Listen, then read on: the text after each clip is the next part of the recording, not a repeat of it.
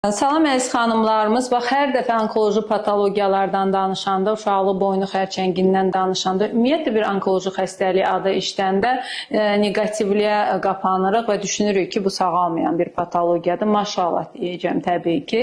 2015-ci ildə bizə müraciət edən bir pasientdə, erkən mərhələdə müraciət edən bir pasientimizdir. Birinci mərhələ uşaqlı boynu xərçəngi ilə müraciət edib, şüay terapiyası alıb 2015-ci ildə.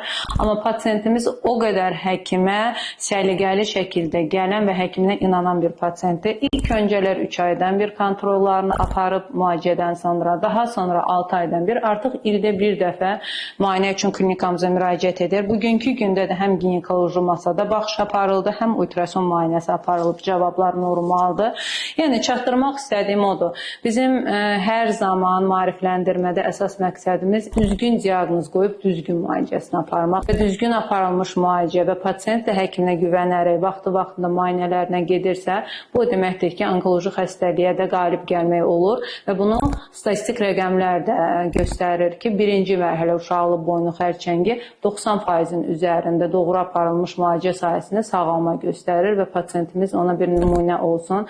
Hər kəsə sağlam olmağı arzu edirəm. Bir daha çağırışlarımızı edək ki, xəstəlikdən qorxmursunuz. Yetər ki, düzgün müəssisəyə, düzgün həkimə vaxtında müraciət edin.